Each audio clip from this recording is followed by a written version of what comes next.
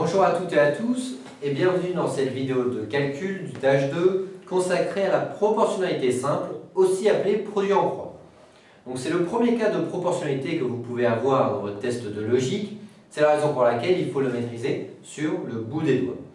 Concrètement, vous allez avoir un énoncé où il y a deux types de données et ces deux types de données, elles sont liées par un lien de proportionnalité.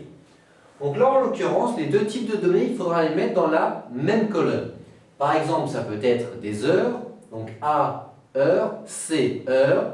Et ici, ça peut être par exemple le nombre de voitures fabriquées. B, voitures fabriquées, D, voitures fabriquées.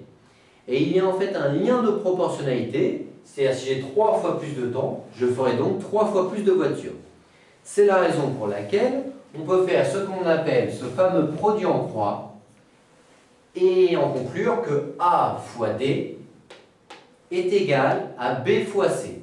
Donc si on cherche par exemple l'inconnu D, dans ce cas-là, on va isoler D et on fera simplement B fois C, le tout divisé par A. Vous voyez, D, le A on le passe de l'autre côté, B fois C est égal B fois C divisé par A.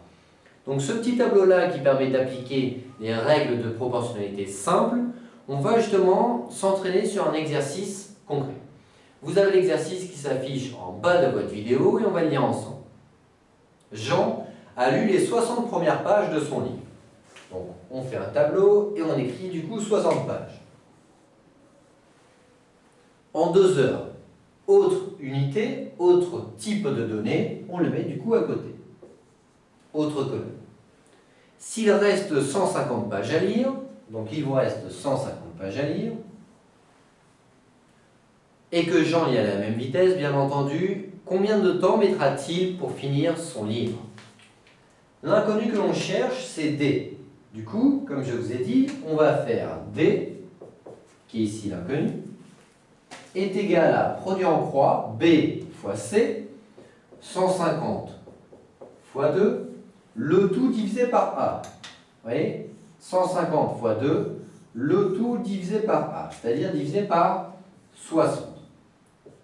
On a donc 150 fois 2, 300.